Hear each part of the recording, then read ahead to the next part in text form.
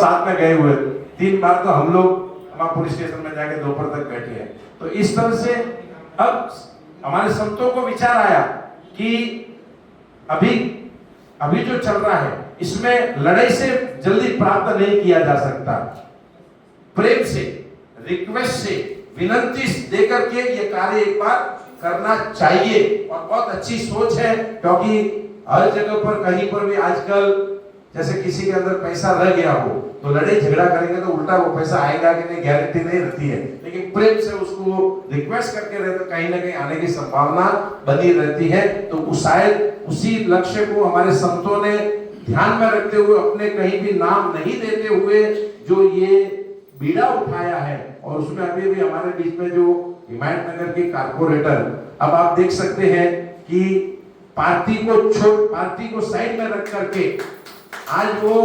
किस पार्टी से आपको मालूम है, रूलिंग पार्टी से है, उसको भी यानी उसकी लाइन से भी आगे आकर के लाइन को छोड़ करके खुद स्वयं बोल के गई है कि मुख्यमंत्री जी को ये मैं भी पहुंचाऊंगी। ये हमारे लिए ये विजय है, क्योंकि जिस पार्टी को हम इसके लिए सोच नहीं सकते उसकी भी एक छोटी सी कॉर्पोरेटर, यानी हमारे लिए तो बहुत बड़ी पोस्ट है लेकिन पार्टी के लेवल पर छोटी कॉर्पोरेट, लेकिन वो खुद तैयार है। तो इसके लिए ये शुभ संकेत है हमारे लिए कि वो पार्टी भी यहाँ जुड़ रही है। अब हमारे विनोद जी ने बताया था कि भाई मोदी जी आकर के बात देखिए, हर कार्य जिस तरह से 370 हटाया और जिस तरह से राम मंदिर बनवाया, सब कार्य एक ही समय में एक साथ नहीं हो सकते हैं। शायद ये जो हमारा अभियान है,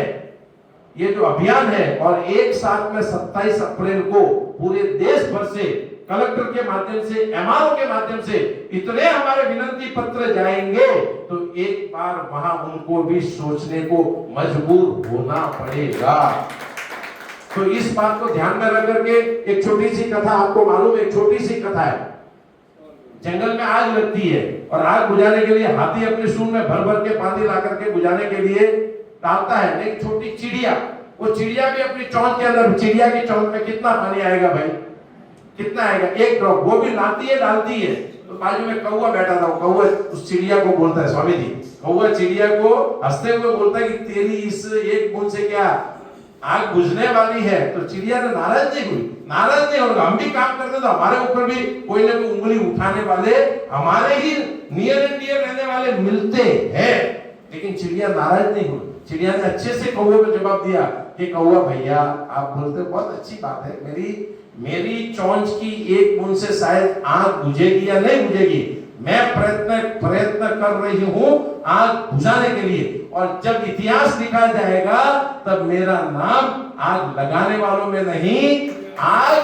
बुझाने वालों में लिखा जाएगा। तो इस तरह से हम भी जो प्रयत्न कर रहे हैं, जब सरकार, केंद्र सरकार गौ वंश को यानी गौ माता को, उसमें नंदी बाबा हो या गौ माता हो, तो जब ये कानून बनेगा उस समय हम सभी, भले हमारा वहां नाम हो या ना हो, लेकिन उस कुदरत के अंदर हम सभी का नाम उसमें जुड़ेगा और उसका फायदा हमको इस भव में नहीं तो अगले भवों में भी मिलता रहेगा, क्योंकि जीवों को बचाना। और एक विशेष मैं हमारे जैन धर्म के नाते ये कहना चाहूंगा कि ये जो 27 अप्रैल का दिन चुना है ना, ये 27 अप्रैल का दिन हमारे जैन शासन के लिए बहुत बड़ा दिन है, क्योंकि भगवान महावीर स्वामी को केवल ज्ञान की प्राप्ति के बाद जब उन्होंने शासन की स्थापना की, एक उसकी विधि होती है, तो उस विधि वो वैशाख शुद्ध 11 का दिन हमारे जैन शासन के लिए बहुत बड़ा दिन होता है। पूरे देश के अंदर उसको मनाया जाता है, ठाट बाट से शासन स्थापना दिवस के रूप में मनाया जाता है। और उस समय भगवान महावीर